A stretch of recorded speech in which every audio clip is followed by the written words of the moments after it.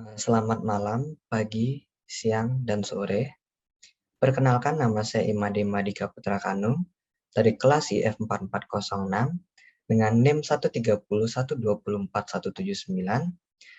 Di sini akan menjelaskan tentang tugas strategi algoritma. Di sini untuk permasalahannya adalah minimasi waktu di dalam sistem penjadwalan. Dan di sini ada beberapa persoalan yang akan kita bahas. Yang pertama, kita akan menggunakan algoritma exhaustive search. Nah, untuk persoalannya adalah sebuah server yang dapat berupa prosesor, pompa, kasir di bank, dan lain-lain.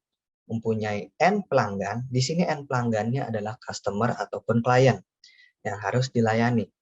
Setelah itu, ada waktu pelayanan untuk setiap pelanggan I, adalah TI. Dan minimum total waktu di dalam sistem tersebut seperti ada gambar di sini. Ekuivalen dengan meminimumkan rata-rata pelanggan di dalam sistem. Di sini kita menggunakan 3 contoh. Ada 3 pelanggan dengan T1 sama dengan 5, T2 sama dengan 10, dan T3 sama dengan 3. Di sini kita contohnya itu ada 6 aja ya. 6 urutan pelayanan yang mungkin dengan urutan yaitu T. Di sini seperti yang kita lihat ada urutannya 1, 2, 3 dengan 5 ditambah yang kedua itu 5 plus 10 dengan yang ketiga yaitu 5 plus 10 plus 3, hasilnya 38. Ini sama dikerjakan sampai 6 kali. Dan kita bisa melihat seperti di gambar, yaitu adalah hasil yang paling optimal adalah hasil yang kelima. Kenapa? Karena di sini urutannya 3, 1, 2. Dengan 3 yaitu T3 adalah 3, dengan 1 adalah 3 ditambah 5. Setelah itu urutan yang terakhir yaitu ada kedua, di sini ada 3, 5, dan 10. Dengan hasil yaitu 29. Dan ini kenapa paling optimal? Karena ini adalah waktu yang paling minimum dari ke-6 waktu pelayanan yang ada. Nah, untuk penyelesaian dengan exhaustive search-nya, di sini kita ada urutan pelanggan yang dilayani oleh server, merupakan suatu permutasi.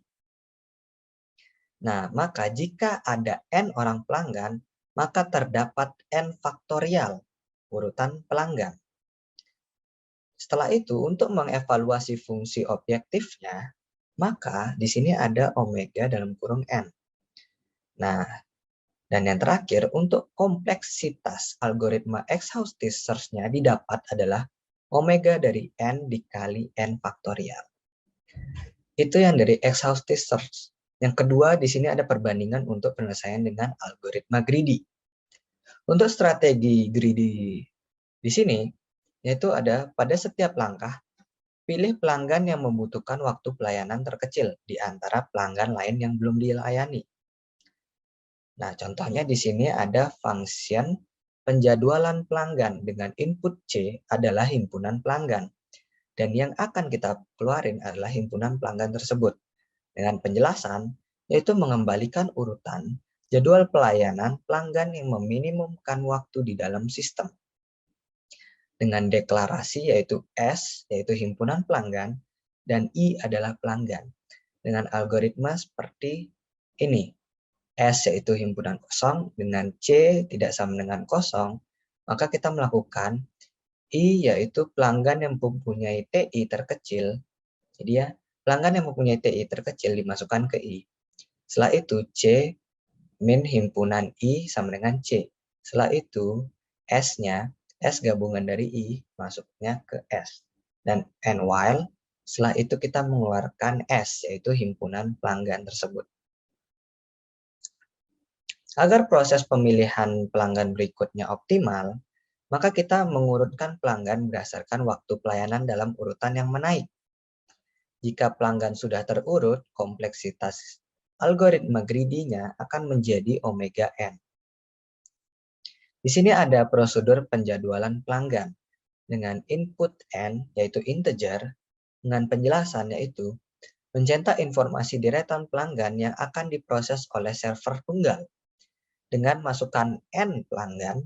Setelah itu, setiap pelanggan akan dinomori 1, 2, seterusnya sampai dengan N.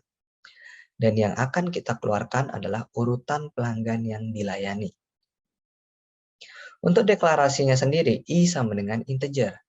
Dengan algoritma seperti penjelasannya itu pelanggan 1, 2, sampai N sudah diurut menaik berdasarkan TI. Dengan for I sama dengan 1 sampai dengan N. Right, pelanggan I akan dilayani. I adalah urutannya. Nah, habis itu kita N4 langsung. Nah, algoritma greedy untuk penjadwalan pelanggan akan selalu menghasilkan solusi yang optimum. Dengan teorema, jika T1 lebih kecil sama dengan T2, maka T2 lebih kecil sama dengan seterusnya sampai lebih kecil sama dengan Tn. Maka nanti pengurutannya akan menjadi IJ sama dengan J, dengan 1 lebih kecil sama dengan J, dengan J lebih kecil sama dengan N. Setelah itu didapatlah rumus T-nya seperti ini untuk semua kemungkinan permutasi I sama dengan J. Mungkin itu saja yang bisa saya dapat. Mungkin itu saja yang bisa dapat saya sampaikan. Kurang lebihnya mohon dimaafkan. Sekian dan terima kasih.